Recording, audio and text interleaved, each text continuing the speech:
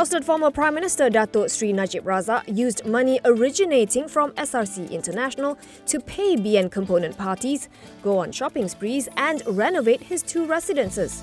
As Najib's first graft trial kicked off today, AG Tommy Thomas said in his opening statement that the prosecution would produce evidence to establish that the Pekan MP's credit card was charged $130,625 or 532,950 ringgit at Chanel in Honolulu. He said evidence will also establish that Najib issued checks from his M private banking account to pay for renovation works on his house in Langgak Duta, Kuala Lumpur, as well as his other home in Pekan Pahang. He also issued checks to various BN component parties. Najib is facing 7 charges linked to SRC International. Thomas said Najib, despite being a former premier, is not above the law, and his prosecution and his trial should serve as a precedent for all future prime ministers.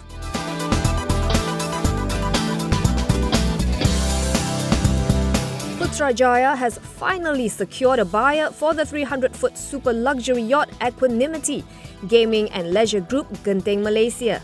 Genting is buying the vessel for $126 million or 514.6 million ringgit, just below the reserve price of $130 million or 543 million ringgit. It says the proposed acquisition will allow it to differentiate itself from competitors and provide the group with a unique and competitive edge for its premium customers' business. It made the offer through the AG's office on March 28th. Government-appointed lawyer Sitpa Selvaratnam says Genting's was the best offer received to date. This is considering that the Equanimity was already reaching its 5th year on the sea and Genting would have to spend a substantial amount on repair and maintenance work as well as depreciation. Meanwhile, AG Tommy Thomas called the sale historic and points out that it ranks as the highest recovery to date from the 1MDB scandal for Putrajaya. As the sale was negotiated directly, it also meant $4.4 million in savings, as no agency or commission fees were required to be paid. The sale comes as a relief to the government, which has paid 14.2 million ringgit to date to maintain the yacht. Speaking at Parliament, Finance Minister Lim Guan Eng says the price tag may not please everyone, but it was something that had to be accepted, considering the very taxing maintenance cost. Genting will pay for its purchase via staggered payments, with the first 10% within the next 5 days and the remainder by April 25th.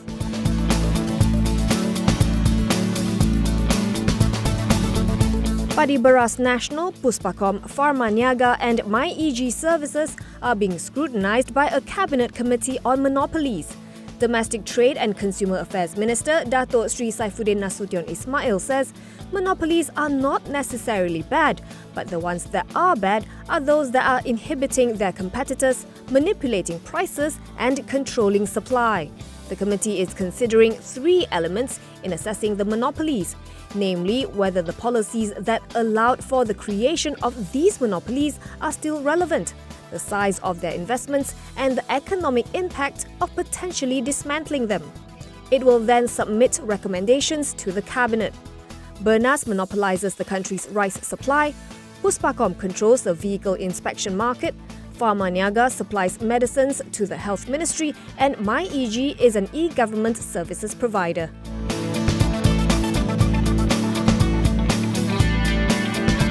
KLCCP Stapled Group does not intend to acquire new assets for the time being due to the weak market. CEO of the KLCC Group of Companies, Datuk Hashim Wahir says the group remains cautiously optimistic on its prospects, as the property market is expected to remain challenging in 2019. As it is, he says, the group's parent, KLCC Holdings, has enough gross floor area to sustain the group's operations moving forward. KLCC Holdings currently has 25.7 million square feet of GFA in the KLCC precinct area, of which only half has been developed to date. The group plans to hold it until the market improves. KLCCP Stapled Group comprises KLCC Property Holdings and KLCC Real Estate Investment Trust.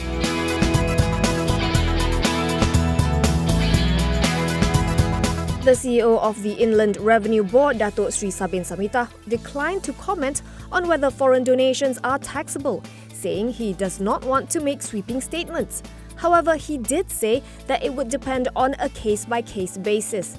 Pressed to respond to a report regarding Datuk Seri Najib Razak's additional tax bill of 1.5 billion ringgit, he said he is not allowed to discuss individual tax matters with the public.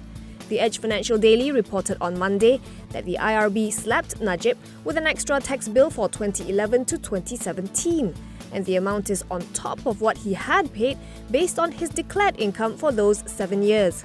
Najib had, in acknowledging the tax bill, claimed that political contributions and income from abroad are not taxable under the law.